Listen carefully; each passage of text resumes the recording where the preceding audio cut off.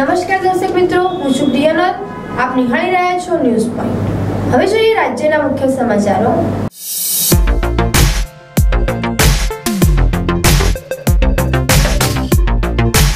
કાંકરેજ તાલુકાના આણંદપુરથી ઊણ જવાતો માર્ગ બિસ્માર હાલતમાં.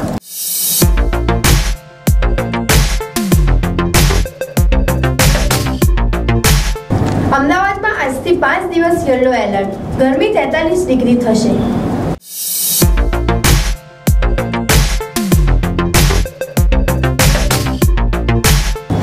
રિક્ષાની સ્પીડ 20 કિમી પ્રતિ કલાક કરતા વધારે હશે તો લાયસન્સ રદ કરાશે.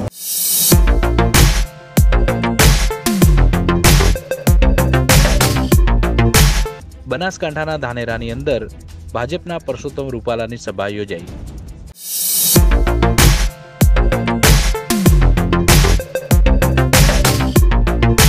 હવે જોઈએ સમાચાર વિગતવાર. કાંકરેજ તાલુકાના આણંદપુરથી ઊણ જવાતો માર્ગ બિસ્માર હાલતમાં.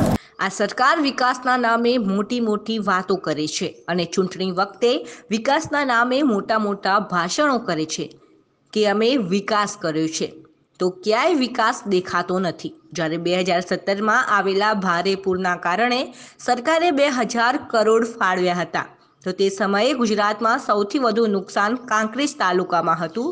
ત્યારે હજુ સુધી 2017ના પૂરમાં નુકસાન થવાના કારણે હજુ સુધી રસ્તાઓ પણ રિપેરિંગ કરવામાં આવ્યા નથી.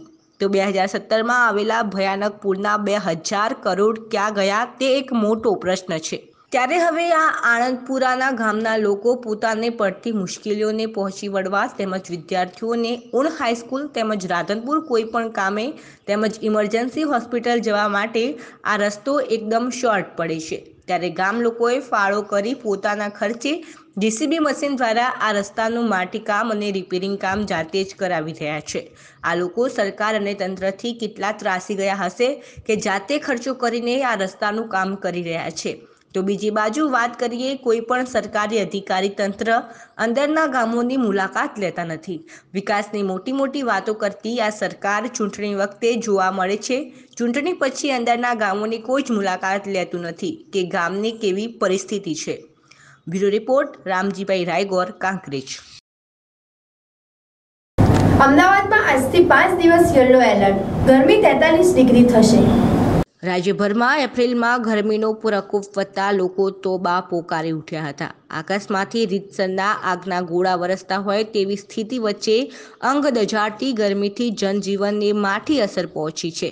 હવામાન વિભાગ દ્વારા આગામી 5 દિવસ સુધી ઉત્તર ગુજરાતના સાબરકાંઠા, બનાસકાંઠા, સૌરાષ્ટ્રના સુરેન્દ્રનગર, રાજકોટ, અમરેલી અને કચ્છમાં હીટવેવની આગાહી કરવામાં આવી છે. બીજી તરફ અમદાવાદમાં આજથી 5 દિવસ સુધી યલો એલર્ટ જાહેર કરવામાં આવ્યું છે, જ્યાં ગરમીનો પારો 42થી 43 ડિગ્રી જળવાઈ રહેશે. સોમવારે અમદાવાદ 41.5 ડિગ્રી સાથે રાજ્યનું હોટેસ્ટ શહેર રહ્યું હતું. એપ્રિલ માસના પ્રારંભે જ રાજ્યમાં આકરા ઉનાળાના કારણે લોકો ત્રાહિમામ પોકારી ઉઠ્યા છે. કાળઝાળ ગરમીમાં માર્ગો સુમસામ બની રહ્યા છે, તો લોકો કામ સિવાય બહાર નીકળવાનું પણ ટાળી રહ્યા છે. અમદાવાદ સહિત રાજ્યના શહેરોમાં ગરમીનો પારો 40 ડિગ્રીને પાર થઈ ગયો હતો. આગામી 5 દિવસ સુધી લોકોને ગરમીમાંથી રાહત મળે તેવા કોઈ અણસાર નથી. કારમી ગરમીમાં લોકોને કામ સિવાય બહાર ન નીકળવા માટે પણ હવામાન વિભાગ દ્વારા જણાવવામાં આવ્યું છે.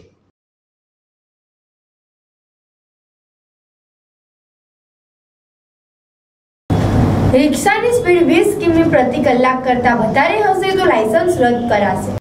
અમદાવાદના મ્યુનિસિપલ સ્કૂલ વાન, સ્કૂલ રિક્ષા માટે નવા 32 નિયમો જાહેર કરવામાં આવ્યા છે. જો કોઈ પણ ચાલક આ નિયમોને નહીં પાડે તો તેનું લાયસન્સ પણ રદ થઈ શકે છે.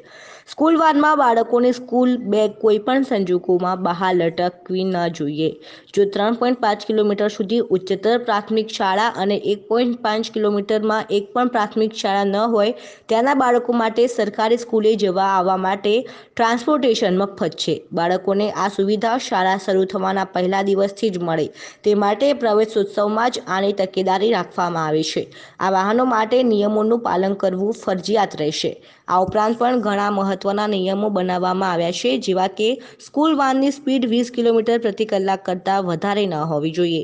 વાહનના ડ્રાઈવરનું ફિટનેસ સર્ટિફિકેટ પરમિટ દર મહિને ચેક થશે. વાહનમાં અગ્નિશામક સાધનો રાખવા, મ્યુઝિક સિસ્ટમ રાખવી નહીં. સીટ સાદી રાખવી તો ડ્રાઈવરની સીટ પર બાળકને બેસાડી શકાશે નહીં. વાહનોને ફૂલ વીમો હોવો જોઈએ. આ સહિત પોલીસ વેરિફિકેશન હોવું જરૂરી છે. આ સિવાયના નિયમો પણ છે, જેને તોડનાર સામે કડકમાં કડક કાર્યવાહી કરવામાં આવશે. મહત્વનું છે કે થોડા સમય પહેલા શહેરમાં સ્કૂલ વર્ધી વાન અને સ્કૂલ બસમાં નિયમ કરતાં વધુ બાળકો બેસાડવાના મુદ્દે હાઈકોર્ટમાં જાહેર હિતની અરજી થઈ હતી. તેના પગલે કોર્ટના કડક વલણથી ટ્રાફિક પોલીસ તથા આરટીઓ દ્વારા નિયમના અમલીકરણ માટે સરકારે ફરજિયાત ડ્રાઈવ કરવાનો આદેશ કર્યો હતો. મતદારોને ઠેકાણે પાડવાની ધમકી આપનાર મધુ શ્રીવાસ્તવ સામે ચૂંટણી પંચમાં ફરિયાદ. તીખા બોલ માટે જાણીતા વાઘોડિયા ભાજપના ધારાસભ્ય મધુ શ્રીવાસ્તવનો મતદારોને ધમકી આપતો વિડીયો વાયરલ થયા બાદ વિવાદ છંછેડાયો છે. મધુ શ્રીવાસ્તવે વાઘોડિયા વિધાનસભા મત વિસ્તારમાં યોજાયેલી સભામાં એક પ્રવચન દરમિયાન એવું સંબોધન કર્યું કે ગેરકાયદેસર રહેતા લોકો કાન ખોલીને સાંભળો, દરેક બૂથ પરથી કમળ ન ખીલ્યું તો ઠેકાણે પાડી દઈશ. આ ધમકી આપતો વિડીયો વાયરલ થયા બાદ મધુ શ્રીવાસ્તવ સામે કોંગ્રેસે આચારસંહિતા ભંગની ફરિયાદ આપી હતી. મધુ શ્રીવાસ્તવની આ દબંગાઈ વિરુદ્ધ વડોદરા કોંગ્રેસ દ્વારા જિલ્લા ચૂંટણી અધિકારીને ફરિયાદ આપવામાં આવી છે. વડોદરાના કલેક્ટર ચૂંટણી અધિકારી શાલિની અગ્રવાલે જણાવ્યું હતું કે અમને મીડિયાના માધ્યમથી જાણકારી મળી છે અને કોંગ્રેસ પણ ફરિયાદ આપી રહી છે, જેથી ચૂંટણીના નાડોલ ઓફિસરને આ અંગે તપાસના આદેશ આપી દીધા છે. કોંગ્રેસે પ્રવક્તા મનીષ દોશીએ જણાવ્યું હતું કે તેમની સામે સુઓ મોટું થાય અને કાયદેસરના પગલાં લેવામાં આવે. વિશ્વ આરોગ્ય દિવસની અનોખી રીતે ઉજવણી કરાઈ. પાલનપુર ખાતે સેવાકીય પ્રવૃત્તિઓ ચલાવતી જીવલક્ષ્મી ફાઉન્ડેશનના નામની સંસ્થા દ્વારા વિશ્વ આરોગ્ય દિવસની ઉજવણી પાલનપુર સિવિલ ખાતે કરવામાં આવી હતી, જેમાં બનાસકાંઠા જિલ્લાના HIV ગ્રસ્ત વિદ્યાર્થીઓએ અને તેમના વાલીઓ જોડે HIV જેવી બીમારી સાથે જીવતા લોકોને કેટલાક પડકાર હોવા છતાં સામાન્ય વ્યક્તિની જેમ જીવી શકે એ માટે પ્રેરણાત્મક કિસ્સાઓની ચર્ચા કરી એમનું મનોબળ મક્કમ કરવાનો પ્રયત્ન કર્યો હતો તથા આર્થિક સ્થિતિ નબળી હોવા છતાં હેલ્ધી ખોરાક અને ઓન ટાઈમ દવાઓ લઈ સ્વચ્છતા કેળવવાની ચર્ચા કરી. ભણતરનું મહત્ત્વ સમજાવ, ડ્રોપ આઉટનું રિજોઈંગ થાય એ માટે કન્વિનન્સ કર્યા. દીકરાને ભણાવશું પણ દીકરી ભલે બકરા ચારતીની મેન્ટાલિટી ધરાવતા એક પિતાના સાથે વાક્ય યુદ્ધના અંતે દીકરીને પણ ભણાવવાની બાહેધરી લીધી અને વિદ્યાર્થીઓને અભ્યાસને લગતી સ્ટેશનરી કીટ આપવામાં આવી હતી અને બાળકોને પ્રોત્સાહિત કરવામાં આવ્યા હતા. આ કાર્યક્રમમાં જીવલક્ષ્મી ફાઉન્ડેશનના પ્રમુખ કિન્નરીબેન પટેલ, બનાસ એનપી સંસ્થાના નરેશભાઈ સોની તેમજ સિવિલ હોસ્પિટલના ડોક્ટર, સ્ટાફ અને વાલીઓ હાજર રહી આ સુંદર કામગીરીને બિરદાવી હતી. બનાસકાંઠા જિલ્લાના ધાનેરામાં કેન્દ્રીય મંત્રી પુરુષોત્તમ રૂપાલાએ સંબોધી સભા. બનાસકાંઠા જિલ્લાના ધાનેરામાં કેન્દ્રીય મંત્રી પુરુષોત્તમ રૂપાલાએ સભા સંબોધી હતી અને બનાસકાંઠામાંથી પરબત પટેલને જીતાડવા માટે લોકોને અપીલ કરતા પણ પુરુષોત્તમ રૂપાલા જોવા મળી રહ્યા હતા. રૂપાલાએ તેમના સંબોધનમાં જણાવ્યું હતું કે ભાજપની સરકાર એ ખેડૂતોની સરકાર છે. ખેડૂતો માટે અનેક લાભ અપાયા છે. ત્યારે તાજેતરમાં જ ધાનેરામાં પોલીસ દ્વારા ખેડૂતો ઉપર લાઠીચાર્જ કરવામાં આવ્યો હતો. તે બાબતે મીડિયા દ્વારા વાતચીત કરતા રૂપાલાજીએ તપાસ ચાલુ છે તેવું જણાવીને વાત પણ ફેરવી નાખી હતી. લોકસભાની ચૂંટણી નજીક આવી રહી છે ત્યારે ભાજપ, કોંગ્રેસ અને અન્ય પક્ષો દ્વારા ચૂંટણી જીતવા માટે એડીચોટીનું જોર લગાવી રહ્યા છે અને વિવિધ સભાઓ સંબોધવામાં આવી રહી છે. ત્યારે આજે કેન્દ્રીય મંત્રી પુરુષોત્તમ રૂપાલા ધાનેરાના લાલચોક ખાતે સભા સંબોધી હતી અને ભાજપના ઉમેદવાર પરબત પટેલને જીતાડવા માટે અપીલ કરતા પણ જોવા મળ્યા હતા. દેશમાં લોકોએ ફરીથી નરેન્દ્ર મોદી અને વડાપ્રધાન બનાવવા માટે મન બનાવી લીધું હોય તેવી વાતો પણ કરી હતી. ધાનેરાની સભામાં કેન્દ્રીય મંત્રીએ ખેડૂતો માટે સરકારે વિવિધ યોજના આપી છે અને અનેક સહાય આપી સરકાર ખેડૂતો માટે મદદરૂપ થઈ છે. ત્યારે થોડા દિવસ અગાઉ ધાનેરામાં રાયડાની ખરીદી માટે ટોકન લેવા આવેલા ખેડૂતો ઉપર પોલીસે લાઠીચાર્જ કર્યો હતો અને ઉંમરલાયક ખેડૂતો ઉપર લાઠીઓ વરસાવતા લોકોએ પોલીસ અને સરકાર સામે ફિટકાર વરસાવ્યો હતો. આ બાબતે મીડિયા દ્વારા કેન્દ્રીય મંત્રીને સવાલ પૂછાતા તેમની બોલતી પણ બંધ થઈ ગઈ હતી. અહીંયા કોંગ્રેસને ઘણા વર્ષોથી મત મળતા જ નથી.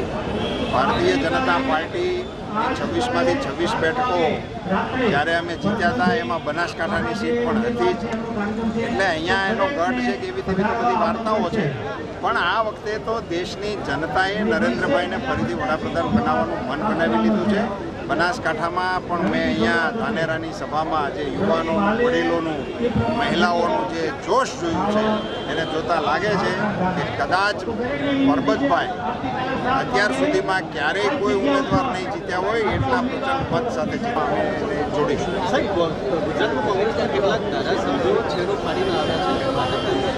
કોંગ્રેસ પાર્ટીએ એનો જવાબ આપવો જોઈએ કે શા માટે એમના આટલા જૂના કાર્યકર્તાઓ પાર્ટીમાં રહી શકતા નથી.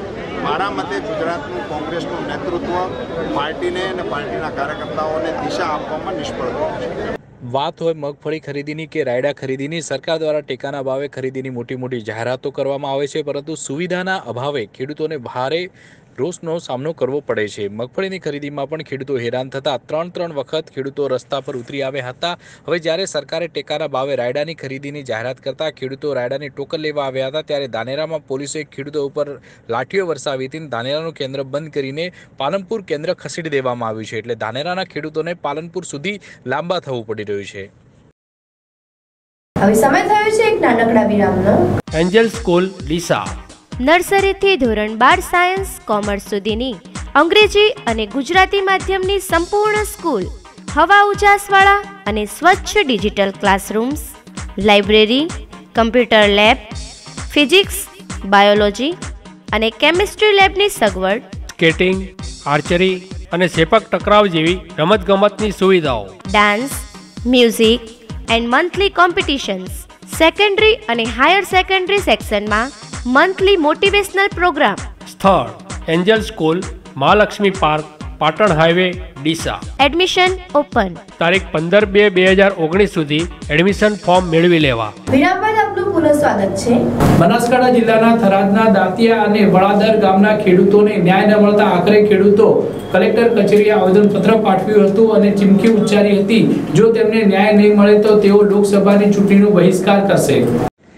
જુલાઈ 2017માં આવેલા વિનાશકારી પૂરથી થયેલ તરાજી અને જમીન ધોવાણની સહાય બાબતે થરાદના દાંતિયા અને વણાદર ગામને ઘોર અન્યાય કરાયો હોવાનો આક્ષેપ કરાઈ રહ્યો છે. આવેદનપત્રમાં સ્પષ્ટ જણાવાયું છે કે જુલાઈ 2017માં આવેલા વિનાશક પૂરથી ઉપરોક્ત બંને ગામોમાં મોટા પાયે જમીન ધોવાણ થયેલ છે, જેના પુરાવા રજૂ પણ થયેલ છે, જે અંગે વારંવાર વહીવટી તંત્રનું ધ્યાન દોરવા છતાં તેમજ સરકાર દ્વારા જમીન ધોવાણ સહાય માટે નિમાયેલ અધિકારીઓનું ધ્યાન દોરવા છતાં કોઈ જ કાર્યવાહી ન કરાયાના આક્ષેપો થઈ રહ્યા છે. વધુમાં 28/3/2019ના રોજ આ મુદ્દે લેખિતમાં રજૂઆત કરવા છતાં આજ દિન સુધી કોઈ જ કાર્યવાહી કે તપાસ ન કરાતા બંને ગામના ખેડૂતોએ જણાવ્યું હતું, જેથી ઉશ્કેરાયેલ બંને ગામના ખેડૂતોએ લોકસભાની ચૂંટણીનો બહિષ્કાર કરવાની તેમજ ચૂંટણી બૂથને ઊભું ના કરવાની ચીમકી પણ ઉચ્ચારીને કલેક્ટરને આવેદનપત્ર પાઠવવામાં આવ્યું છે. હવે જોવાનું એ રહેશે કે આ જે બે ગામો છે તે બે ગામોને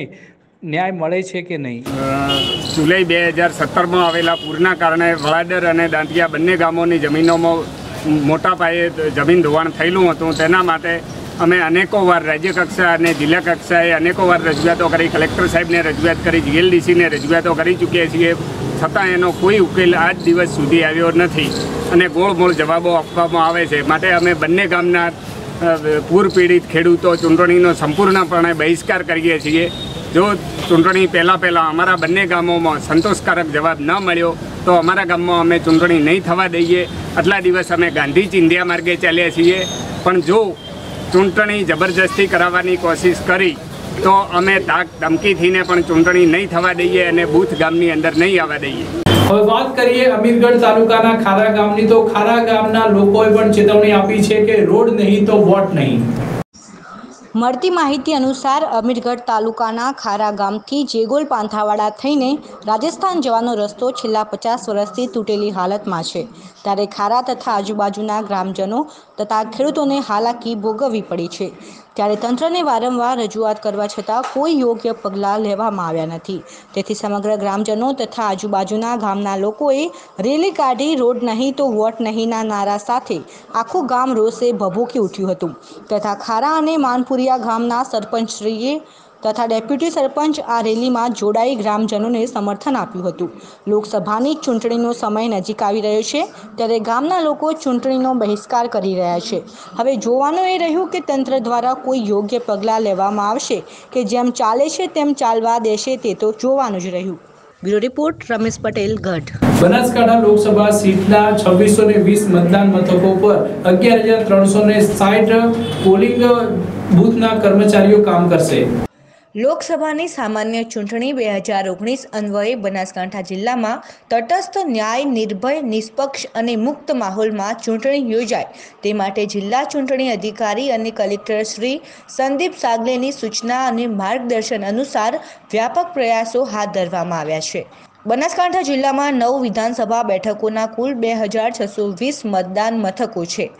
આ દરેક મતદાન મથક ઉપર એક મહિલા અને 3 પુરુષ પ્રમાણે કુલ 4 પોલિંગ સ્ટાફ મૂકવામાં આવશે. જિલ્લાના કુલ 2620 મતદાન કેન્દ્રો ઉપર 8478 પુરુષો અને 2882 મહિલાઓ મળી કુલ 11360 પોલિંગ સ્ટાફ મતદાનની કામગીરી માટે મુકાશે.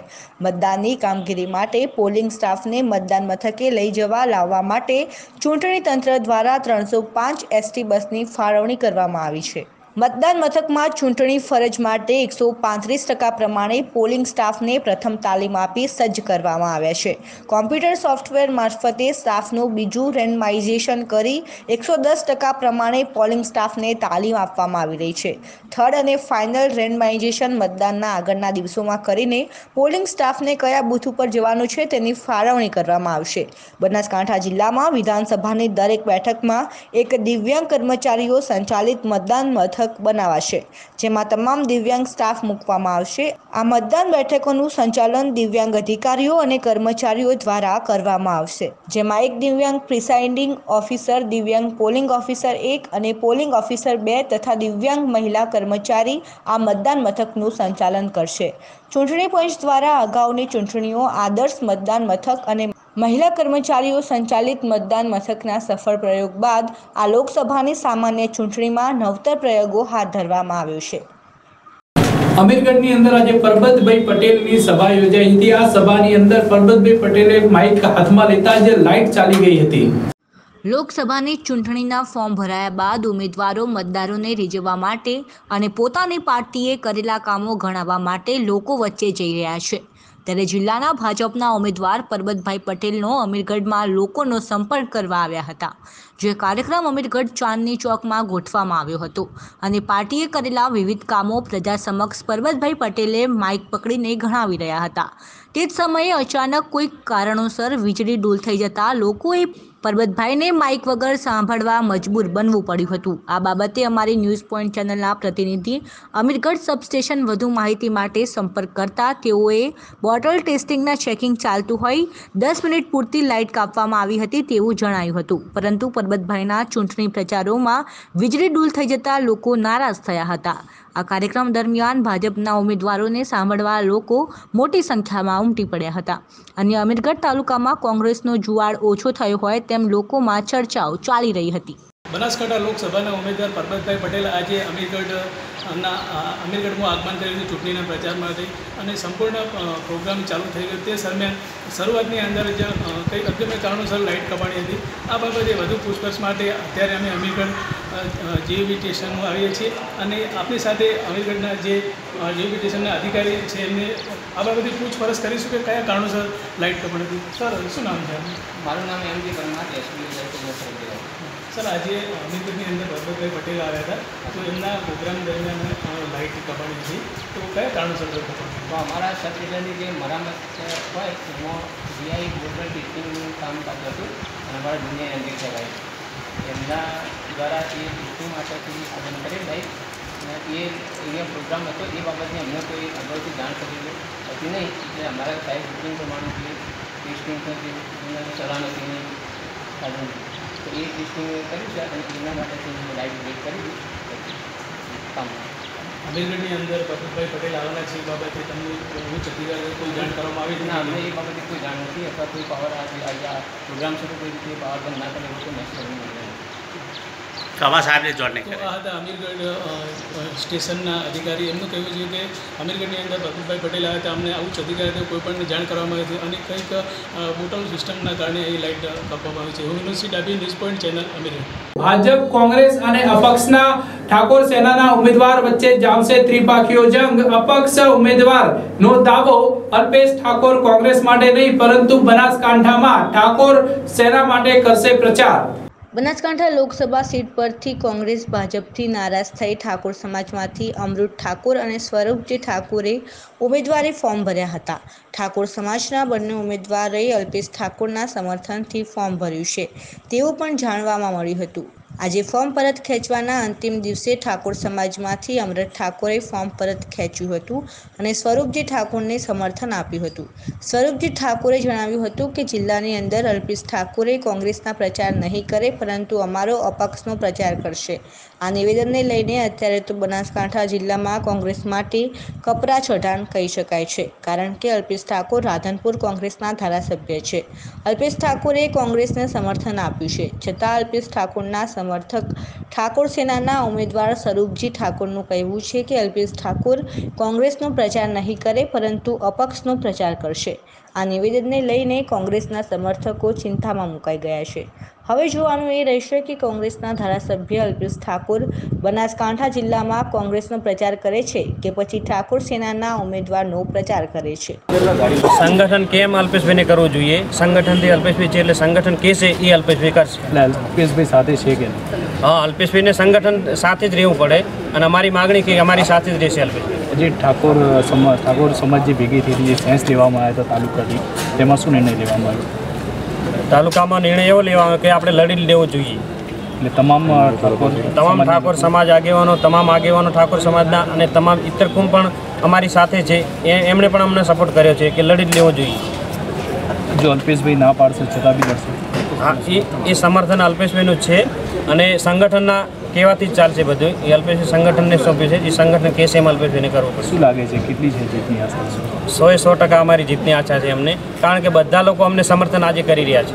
ભાજપ અને કોંગ્રેસ દ્વારા કોઈ દબાણ કરવામાં આવ્યું? ના, કોઈ ભાજપ કોંગ્રેસ દ્વારા અમને કોઈ દબાણ કરવામાં આવ્યું નથી. અલ્પેશભાઈ અહીંયા કોંગ્રેસનો પ્રચાર કરવા આવશે ત્યારે અહીંયા બનાસકાંઠાની અંદર અલ્પેશભાઈ અપક્ષનો જ પ્રચાર કરવા આવશે, કોંગ્રેસનો પ્રચાર કરવા નહીં આવે. હવે ફરી નજર કરીએ આજના મુખ્ય સમાચારો પર.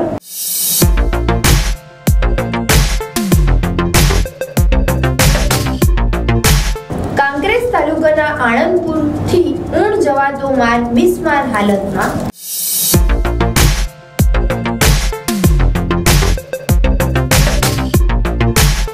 અમદાવાદમાં આજથી 5 દિવસ યલો એલર્ટ, ગરમી 43 ડિગ્રી થશે.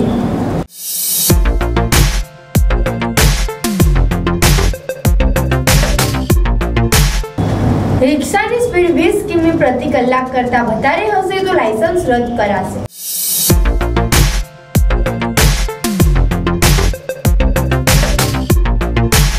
બનાસકાંઠાના ધાનેરાની અંદર ભાજપના પરસોત્તમ રૂપાલાની સભા યોજાઈ.